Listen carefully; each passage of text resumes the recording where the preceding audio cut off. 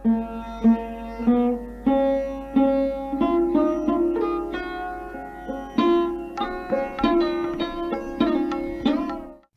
आकाशवाणी आदिलाबाद है।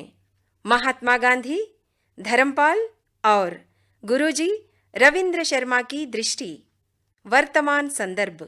आइए सुनते हैं एक परिचर्चा भारतीय सभ्यता की विशिष्ट परंपराओं के बारे में। अध्ययन कर रहे शोध विद्वान श्री रूपेश पांडे से। उनसे बात कर रहे हैं सुमनस्पति रेड्डी। 5 भागों में प्रसारित हो रहे इस परिचर्चा का ये प्रथम भाग है। तो आइए सुनते हैं परिचर्चा रूपेश पांडे से। महात्मा गांधी, धर्मपाल और गुरुजी रविंद्र शर्मा की दृष्टि, वर्तमान संदर्भ। रूपेश जी नमस्कार। नमस्कार। लगभग 3 दशक से आप भारतीय चिंतन, भारतीय इतिहास, भारतीय समाज और इसमें जो फेरबदल आए हैं, प्राचीन काल से आज तक भारतीय समाज की नींव में जिस तरह की सोच, समझ, विमर्श, तर्क और चिंतन था, इन सब क्षेत्रों में आप अलग अलग तरीकों से काम करते आ रहे हैं, उनसे जुड़े हुए हैं। मुख्यतः धर्मपाल जी, मुख्यतः महात्मा गांधी, धर्मपाल और आदिलाबाद के पंडित रविंद्र शर्मा, इनकी सोच का प्रभाव आप पर बहुत रहा है। तो इन तीनों व्यक्तियों से आप कैसे जुड़े? धर्मपाल और रविंद्र शर्मा जी से खैर आप आमने सामने उनसे व्यक्तिगत रूप से जुड़े, पर गांधी जी से आपका जुड़ना कैसे शुरू हुआ? देखिए, मैं पहले तो आर्य संघ से जुड़ा हुआ था, राष्ट्रीय स्वयंसेवक संघ से। तो 1991 में जब ये भूमंडलीकरण शुरू हुआ, ग्लोबलाइजेशन शुरू हुआ, 1991 में जब केंद्र सरकार ने न्यू इकोनॉमिक पॉलिसी ले आई, तो उस दौरान स्वदेशी की बात शुरू किया संघ के लोगों ने। और स्वदेशी की बात करते थे, स्वदेशी पे थोड़ा बहुत व्याख्यान, चीज़ों, प्रोडक्ट का प्रचार प्रसार ये सब चलता रहता था। लेकिन उन्हीं दिनों मुझे 1994 में अखिल भारतीय विद्यार्थी परिषद के अधिवेशन में श्री धर्मपाल जी को सुनने को मौका मिला। उससे पहले मैंने कभी धर्मपाल जी को सुना नहीं था और उनका भाषण स्वदेशी पे था। तो लेकिन मुझे 2 चीज़ें, मैंने एक बहुत स्पष्ट हुआ कि ये जो धर्मपाल जी स्वदेशी की बात कर रहे हैं और जो अब तक हम 92 से लेकर के अब तक जो स्वदेशी की बात कर रहे थे, ये दोनों में काफ़ी फ़र्क है। अच्छा। और ये फ़र्क मुझे गहरा समझ में आया। और धर्मपाल जी के जो बातचीत थी, जो उनका चिंतन था, जो उनका व्याख्यान था, वो मुझे लगा कि कहीं ज़्यादा गहरा है। जी। ये संघ के जो लोग स्वदेशी की बात कर रहे हैं, ये इसकी सीमा है और ये बाजार या केवल अर्थव्यवस्था तक सीमित है। लेकिन धर्मपाल जी जो बात कर रहे हैं स्वदेशी की, वो थोड़ी गहरी बात कर रहे हैं, तो उसको समझने की बात ज़रूरत है। और पहली बार तभी मेरे मन में, उससे पहले गांधी जी को लेकर के बहुत नकारात्मक रहा ही है मन में। आपके मन में? हाँ, जैसा संघ के बहुत सारे स्वयंसेवकों में रहता ही है, समाज साधारण स्वयंसेवकों में, तो वैसा अपने मन में भी रहा। लेकिन वहाँ धर्मपाल जी को सुनने के बाद गांधी जी को लेकर के भी एक दृष्टि बदली।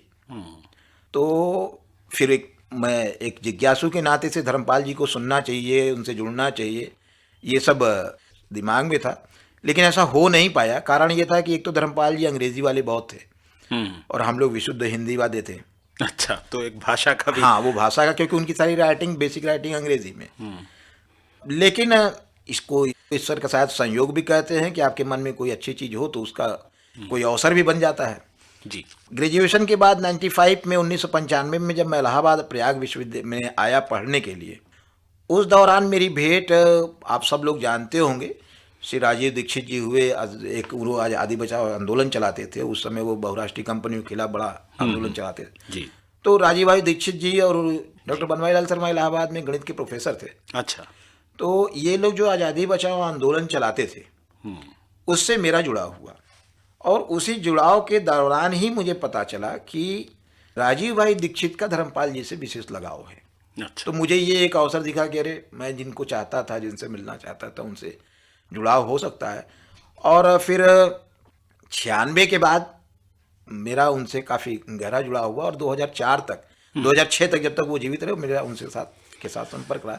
जो वो धर्मपाल जी से जो संपर्क संबंध हुआ, राजीव दीक्षित बनवारी लाल जी से जो मेरा संपर्क हुआ, तो मुझे एक गांधी दूसरे प्रकार के गांधी नजर आए। अच्छा, तो जब आप पहली बार धर्मपाल जी से मिलने गए तो किस तरह से चली आपकी बातचीत? उस वक्त तक आप उनकी किताबें पढ़ चुके थे या उनसे मिलने के बाद ही आपने पढ़ना शुरू किया? उनसे मिलने के बाद ही पढ़ना शुरू किया, ये ज़्यादा ठीक है। कुछ कुछ सुना था, लेक्चर कुछ देखे थे, लेकिन ज़्यादातर तो धर्मपाल जी को मिलने के बाद ही पढ़ना शुरू हुआ। अच्छा, उनकी रचनाएं कुछ हिंदी में तब तक उपलब्ध नहीं थी?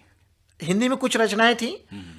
जो उन्होंने साइंस एंड टेक्नोलॉजी की किताब थी, उसका एक हिस्सा था भारत में अंग्रेजी राज, वो था। और एक फिलोसफिकल थॉट पे थी, भारतीय चित्त मानस काल। तो इस प्रकार से ये दो किताबें थी। फिर भारतीयता और स्वदेशी करके एक किताब थी। तो ये किताबें हिंदी में थी, छोटी पतली बुक्स थी। उनको पढ़ने से तो कम से कम धर्मपाल जी समझ में आते थे, और भारत और उसका समाज समझ में आता था, और थोड़ा बहुत गांधी जी भी समझ में आते थे।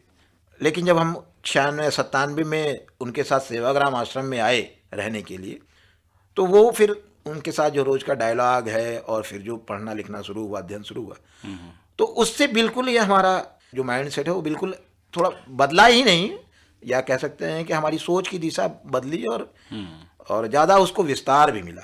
कितने साल रहे आप धर्मपाल जी के साथ? आप ये समझ लीजिए कि 97 से 2006 तक, तो इस प्रकार से आप 9-10 साल का हमारा उनका संपर्क रहा है।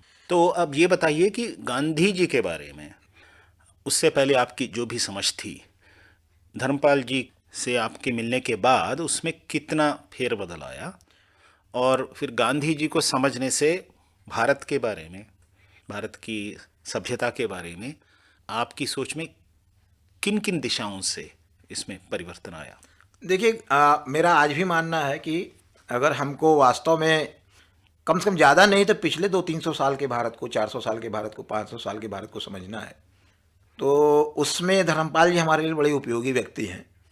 और धर्मपाल जी उपयोगी हैं इस नाते से गांधी जी तो उपयोगी होंगे ही, क्योंकि धर्मपाल जी का पूरा लेखन गांधी की चिंतन परंपरा का विस्तार है।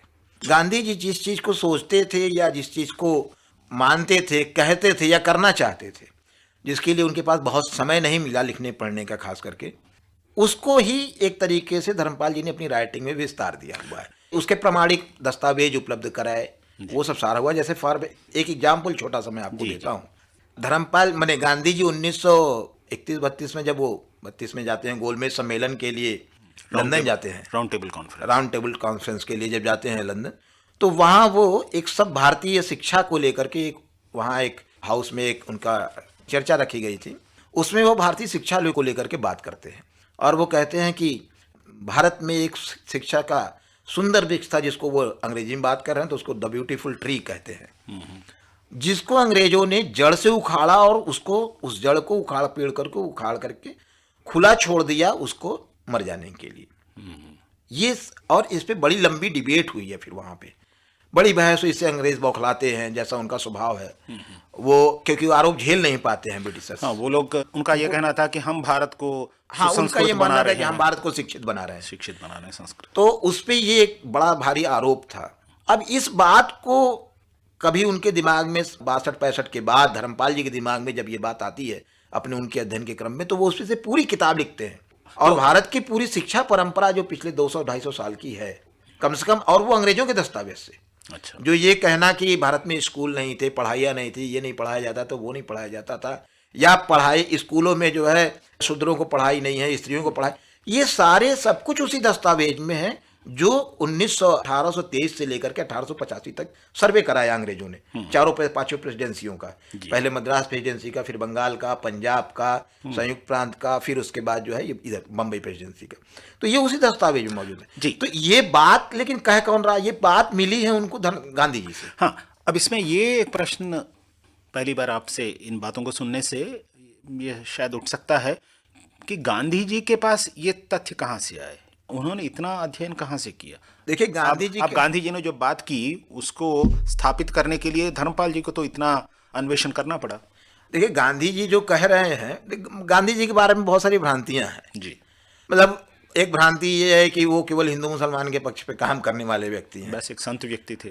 मतलब। और दूसरा ये है कि वो केवल पॉलिटिकल आदमी है, वो लड़ाई लड़ रहे हैं अंग्रेजों के खिलाफ और ये सब बातें। मैं मानता हूँ कि उनकी अगर एकेडमिक उसको छोड़ दिया जाए, जिसमें वो स्थापित हो गया है कि वो 10वीं तो 3rd डिवीज़न फेल थे, 3rd डिवीज़न पास थे, तो इस प्रकार की जो चीज़ें स्थापित हो उसको अगर छोड़ दिया, तो मैं मानता हूँ बेसिकली अपने अध्ययन से कि गांधी जी एक बहुत अच्छे स्कॉलर थे। अच्छा। गांधी जी अच्छे स्कॉलर हैं, इसके 2 प्रमाण मौजूद हैं। एक तो जब वो चंपारण में जाते हैं सत्याग्रह, जब चंपारण उनको पंडित राजकुमार शुक्ल ले जाते हैं, उनको नील की खेती के खिलाफ और अंग्रेजों के उस अत्याचार के खिलाफ ले जाते हैं, आज के बिहार में, आज जो बिहार में है चंपारण जी। तो वो चंपारण सत्याग्रह से पहले जो गांधी जी तैयारी कर रहे हैं, अच्छा। गांव की आबादी कितनी है, उसमें कितने प्रकार के लोग हैं, वहाँ कौन कौन काम कर रहा है, वहाँ पढ़ाइयाँ कैसे, ये सारा डाटा, उत्पादन कितना है, उसका आय व्यय कितना, ये सारा जो डाटा चंपारण का वो बनवाते हैं। तो ये स्कॉलर का काम है, ये रिसर्च बेस्ड काम है। वो अपने साथ गए हुए लोगों को सबसे यही काम करवाते हैं। अच्छा, ऐसे लोगों को अपने इर्द गिर्द रखते थे वो लोग? इर्द गिर्द हो या ना हो, जो है उनसे काम ले लेना है। अच्छा। गांधी जी की ये बड़ी भारी कुशलता थी कि वो जो है उनसे काम ले लेना है। तो उस समय राजेंद्र प्रसाद हैं, ये लोग सब हैं उनके साथ, बहुत से। तो ये सारे लोग बड़े बड़े वकील थे, लेकिन उन सब से तो उन्होंने ये सब काम करवाया। अच्छा। तो ये सारा डाटा इकट्ठा करने का काम जो है, ये तो गांधी जी ने किया 1918 के पहले। तो ये जो काम कर रहे हैं गांधी, तो ये स्कॉलर का काम है, ये रिसर्चर का काम है। अच्छा। उसी प्रकार से 1906 में दक्षिण अफ्रीका में सत्याग्रह शुरू करने से पहले गांधी जी भारतीय जो वांग्मय है, रामचरितमानस, महाभारत, गीता, उपनिषद, पुराण, इस प्रकार के 95 ग्रंथों का वो अध्ययन करते हैं। ये लिखा है उन्होंने। अच्छा।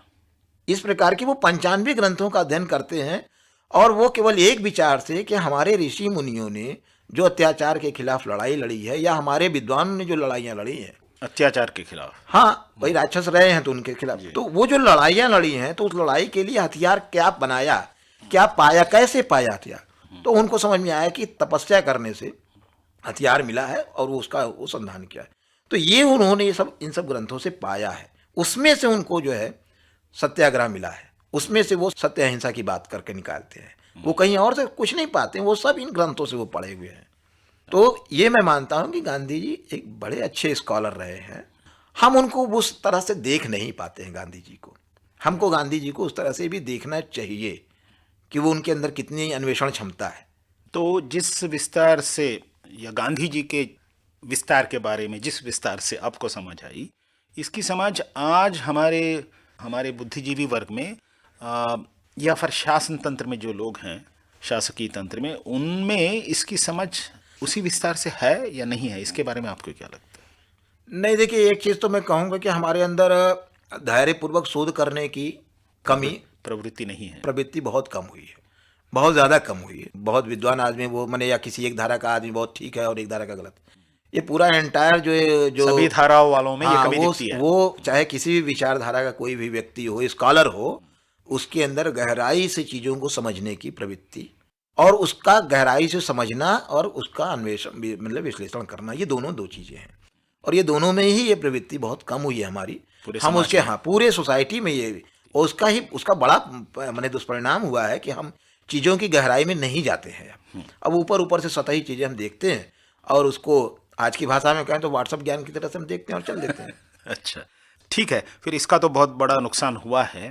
पर जिस तरह से अंग्रेज़ों के जाने के बाद, स्वतंत्रता के बाद, भारत ने जिस तरह से अपने आप को चलाया है, और जिस तरह के बदलाव वैश्विक स्तर पे आ रहे हैं, और बहुत से बदलाव आए हैं जिनकी शायद इस तरह के बदलाव आएंगे ये गांधी जी भी शायद नहीं सोच पाते थे। इन सब के बाद भी गांधी जी या धर्मपाल जी या फिर आदिलाबाद के रविंद्र शर्मा जी, ये आपको प्रासंगिक क्यों लगते हैं? उसका ब्यौरा आप अगर संक्षेप में दें, उसके अंदर जो बहुत सी चीज़ें हैं उनमें बहुतों के बारे में हम लोग बात कर सकें। देखिए, मुझे गांधी जी और धर्मपाल जी और रविंद्र शर्मा गुरु जी की प्रासंगिकता इसलिए मुझे समझ में आती है कि पहली चीज़ तो ये है कि ये जो लोग जो बात कह रहे थे, वो बात कहीं हमारे समाज में कहीं छिपी ढकी रही, तो वो बात उस ढंग से कोई कही नहीं रहा था। अच्छा। जो बात जिस ढंग से गांधी जी सोच रहे थे, उसके समय में उस ढंग से कोई सोचने वाला नहीं था। जो बातें धर्मपाल जी ने 1970 के बाद कहने शुरू की, लिखी हैं जिन चीज़ों को, उस ढंग से पूरे हिस्ट्री उसमें जो है देखी ही नहीं गई। हमारी टेक्नोलॉजी के बारे में, हमारी सोसाइटी के बारे में, एजुकेशन सिस्टम के बारे में, सत्याग्रह के बारे में, मतलब जो कुछ भी धर्मपाल जी की राय, गांधी जी के बारे में जिस तरीके से धर्मपाल जी लिख रहे हैं, देख रहे हैं, हम आज तक उस तरीके से गांधी जी को देख ही नहीं पाए। हम गांधी जी को एक पकड़ के बैठे हैं कि वो हिंद सांप्रदायिक एकता के प्रतीक थे। अब गांधी जी सैकड़ों प्रकल्प चला रहे हैं, गौ सेवा से क्या लेना देना सांप्रदायिक एकता का, लेकिन वो तो कह रहे हैं कि गाय तो पालनी पड़ेगी भाई, क्योंकि वो बेसिकली गांधी जी को हमको अगर समझना है तो 1909 के हिंद स्वराज को पढ़ना पड़ेगा। वह उनका मूल है, वही उनका सिद्धांत है। जी, हिंद स्वराज को अगर पढ़े कोई तो उसमें जिस प्रकार का तर्क है उसमें वो तो एक ही है। उसके अलावा तो पाश्चात्य संस्कृति के बारे में जिस तरह की आलोचना है और उसके और भारतीय संस्कृति की जो हिंद स्वराज में बहुत तार्किक ढंग से पाश्चात्य संस्कृति और पाश्चात्य राजनीतिक तंत्र का जिस तरह का कंपैरिजन वो भारतीय सभ्यता और भारतीय शासकीय तंत्र से करते हैं और ये दिखाने की कोशिश करते हैं कि भारतीय सभ्यता और भारतीय सोच बहुत ही आगे है। भारतीय समाज पाश्चात्य संस्कृति से बहुत ही ज़्यादा सुलझा हुआ, बहुत ही उन्नत स्थिति वाला समाज रहा है। जी देखिए इसमें क्या है ना, जैसे हिंद स्वराज का जो मसला है, वो जो आप बात कर रहे हैं कि वो उसको ग्लोरीफाई वगैरह नहीं करते हैं। बेसिकली गांधी जी ने यूरोप को भी रहे हैं, यूरोप में तो यूरोप को भी समझे हैं। अब हम अगर यूरोप को नहीं समझते हैं तो वह भारत को हम नहीं समझ पाएंगे। जी वो तो है। हमको भारत को समझना है तो यूरोप को भी समझना पड़ेगा कि यूरोप कैसे, आज का जो यूरोप है ये कहाँ से निकल करके कहाँ पहुँचा है, इस यूरोप ने अपने समाज में क्या दुर्गति किया है, ये समझना पड़ेगा। तो गांधी जी चूंकि इन सब चीज़ों को समझते हैं, इसलिए वो कह रहे हैं कि ये प्रकृति के कल्याण का भी नहीं है और मनुष्य के भी कल्याण का नहीं है। जी तो इस नाते वो ग्लोरीफाई वगैरह नहीं करते, वो केवल इतना ही कह रहे हैं कि ये हमारे कल्याण का, हमारे काम का नहीं है भाई, और ये उनके काम का भी नहीं है। जहाँ से निकल करके आया, तो जब उनके ही काम का नहीं है तो हमारे काम का हो ही नहीं सकता है। और जो चीज़ प्रकृति और मनुष्य के कल्याण का नहीं है वो शैतानी है। नहीं, जिस तरह से वो ब्रिटिश डेमोक्रेटिक पॉलिटी के बारे में उसके बारे में जो आलोचना करते हैं और उसके मुकाबले भारतीय समाज के विविध अनेक भाग जिस तरह से अपने आप को चलाते थे, उसकी श्रेष्ठता को तो वो दर्शाने की कोशिश करते हैं बहुत जोरों से। वो कह रहे हैं कि आप जो डेमोक्रेसी की बात कर रहे हैं, हमारे यहाँ डेमोक्रेसी है, ये सब फ्री है। सब लोग स्वतंत्र अपने तरीके से काम कर रहे हैं, किसी पे किसी का आधिपत्य थोड़ी चलता है, राजा का भी आधिपत्य समाज पे नहीं है। तो वो और उस तरह की धोखाधड़ी यहाँ नहीं है। धोखाधड़ी तो छोड़ो, मानस में ही नहीं है जी, मानस में ही धोखाधड़ी नहीं है। बाकी तो सोचिए, मैंने सोसाइटी में होना तो बात कीजिए, लोगों के दिमाग में कहीं कपट, छल, धोखा ये सब नहीं है। ये चीज़ें गांधी जी ने देखी समझी है, इस नाते से वो, इसीलिए मैं कहता हूँ कि गांधी जी 150 साल आगे की देख पाते थे, इसलिए उसकी प्रासंगिकता आज भी बनी हुई है। वो 150 साल आगे का जो देखना होता है, ये देखना हमारे यहाँ फिलहाल 200 साल से बंद है। ये देखने वाले कम लोग हुए हैं, उसमें गांधी जी एक थे। तो ये 150 साल आगे का और 1000-2000 साल पीछे का, इतना अगर हमारी दृष्टि में नहीं है तो हम सोसाइटी में कुछ बना नहीं पाएंगे।